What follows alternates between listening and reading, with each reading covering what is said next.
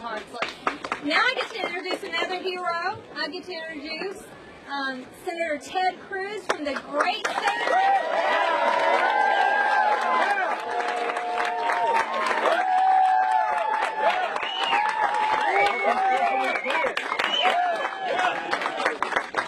Well, Penny, thank you so very much. Thank you to Concerned Women of America for your incredible, passionate leadership. Thank you, Gary. Thank you, everyone, for being here. Thank you. You know, there is nothing more pressing right now than that Americans all across this country come together to stop this catastrophic Iran nuclear deal. Yes.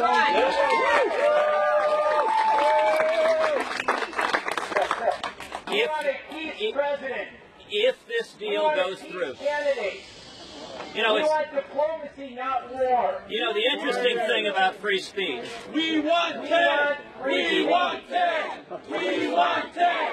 We want Ted. We want Ted. We want Ted. We want Ted. The interesting thing.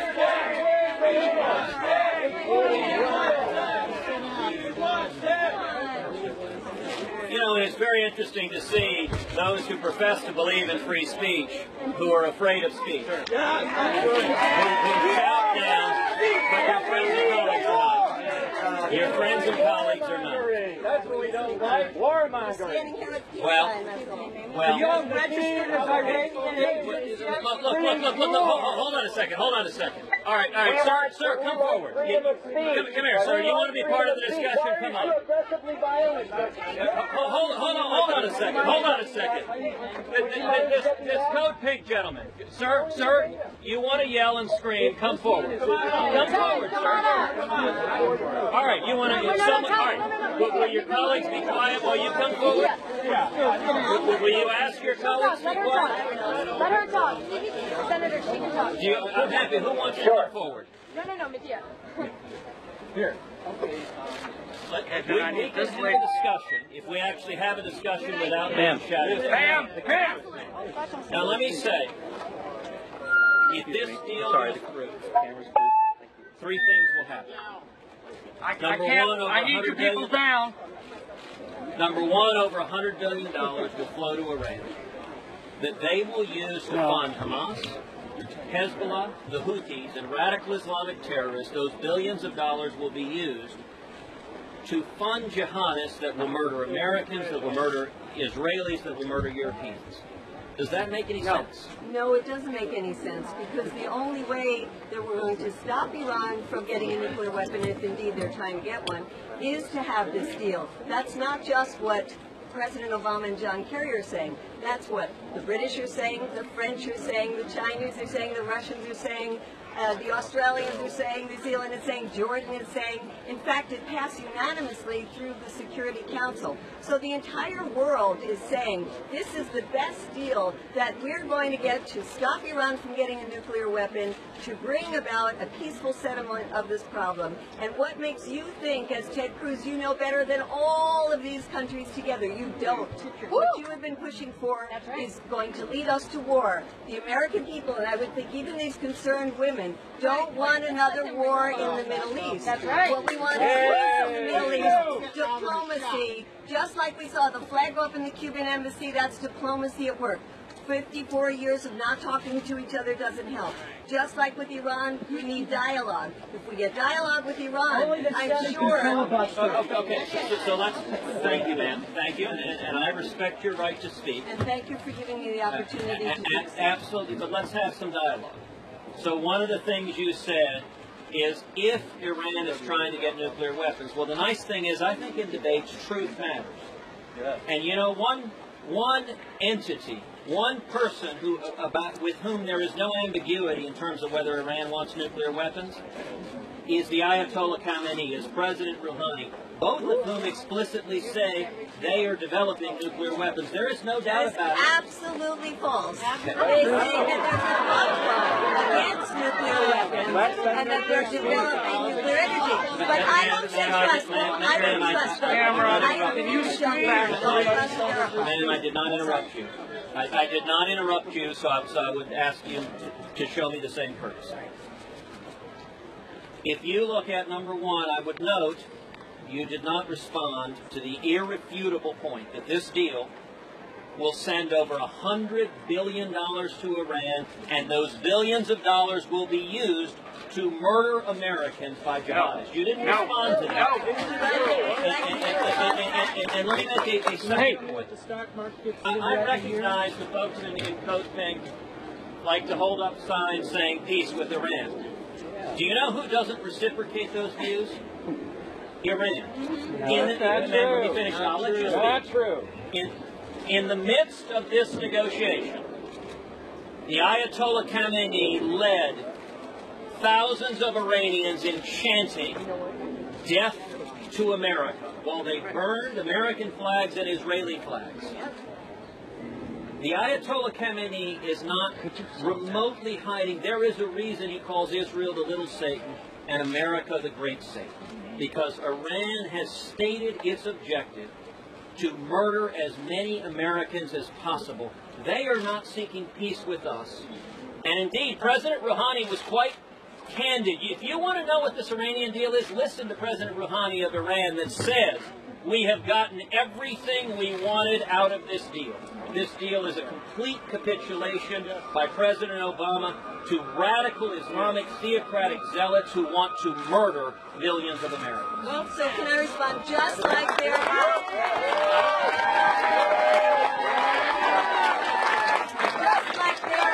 radical religious zealots right here in the United States, and I think we're surrounded by some of them here, who would rather see a war in the Middle East. No. So there are radical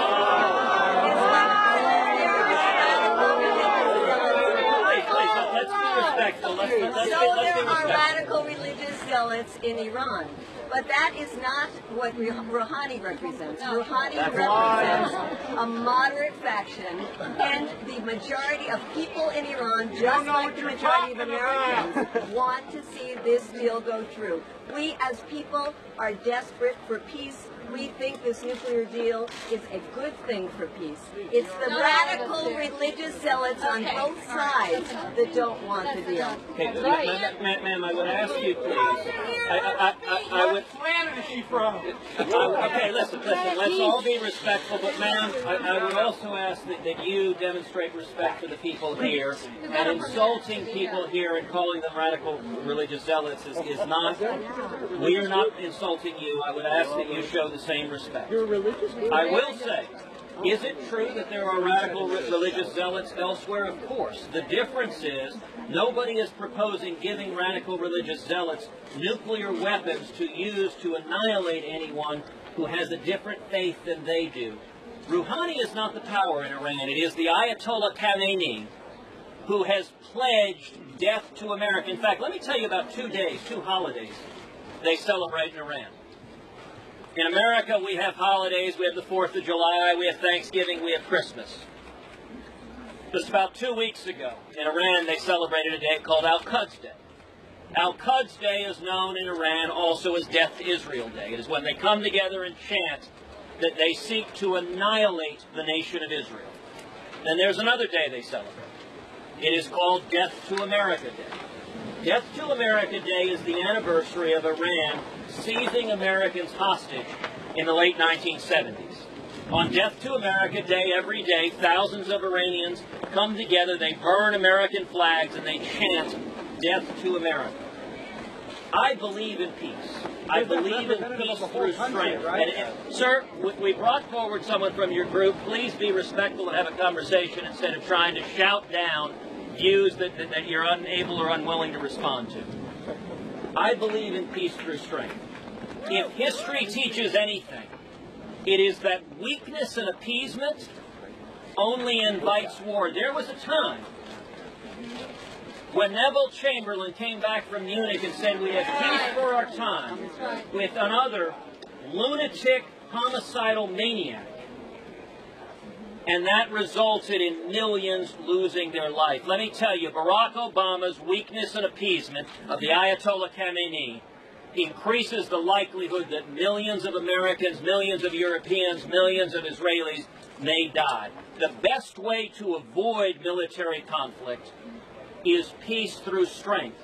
And it's worth remembering, the last time we had a weak, ineffective president in the White House, Jimmy Carter, the last time we had a president who let American hostages languish in Iran, just like the 4 hostages who are there right now, Pastor Saeed Abedini, Amir Hekmati. Come on, let's move on. Sir, you're welcome to come up and speak. You're just bringing up old stuff. Come on up, Let's talk sir. about the nuke deal. Come on up, sir. Sir, are you? Please let him come through. You know what? Sir, are you scared to have a conversation? Are you No, scared of the absolutely truth? not. It's just, why are we rehashing old history? Okay, Well, well, we all know this history. If we were going to rehash old history, I would talk about the overthrow of Mossadegh in 1949. Right, you Yes, know, let's talk about the overthrow of the legitimately elected Iranian regime in 1955. Let's not go there. Let's talk about what we need to know today with Senator Cruz. I do respect you coming out here. I do respect listening. I do listen to you. I'm very curious as to your views. But this going, the vitriol, the rhetoric, the going back over past history doesn't help us right now. What we need to know right now is, how are we going to get to this point where we're assured that everyone feels safe and comfortable, not with threats of they're going to kill us all stuff. Let's just figure this out so that we can make it work. And sir, I will respond to you now. And this is how civilized people have discourses. They don't yell and interrupt each other. Agreed. I heard you out. Now I'm going to respond. You said, why should we discuss history? Well, there's an old adage, those who fail to learn from history are doomed to repeat it.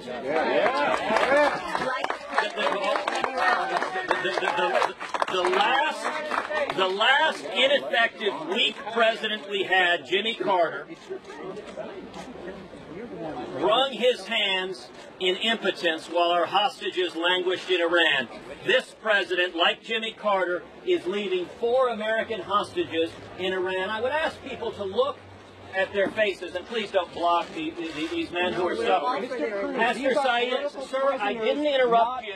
Sir, I didn't interrupt you. Please show some modicum of respect. 4 American hostages. Pastor Saeed Abedini. 1,091 days. He is a Christian pastor. He's an American citizen. He was sentenced to 8 years in prison for sharing his Christian faith. Amir Hekmati, sir, I recognize that you find the truth very offensive, but under the First Amendment, debate means you have to listen to things you disagree with, and I have listened to what you have said. I would ask you to show the same courtesy, particularly since you have come to our event and crashed it. We have shown you respect and civility. Sure you are. I'm not. I'm an independent computer scientist. Well, I'm a contractor. okay, well, then I ask you to show the same respect as Code Pink, which is a request I would make. Sir, Amir Hekmati, who's an American Marine, 1,425 days in an Iranian hellhole. Jason Rezian, 367 days. A Washington Post reporter to our friends from the media. This president is leaving a reporter in an Iranian prison while doing nothing. And Robert Levinson, 3,059 days. We don't know his whereabouts. How do you actually get something done to change it? It is worth remembering in terms of peace. I want peace, I assure you, man, every bit as much as you do. But I don't want peace at the price of millions of Americans being murdered. And it is worth remembering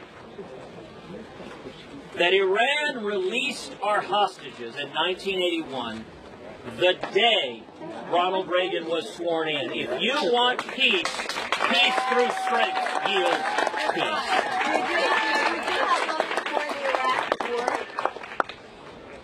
The Iraq War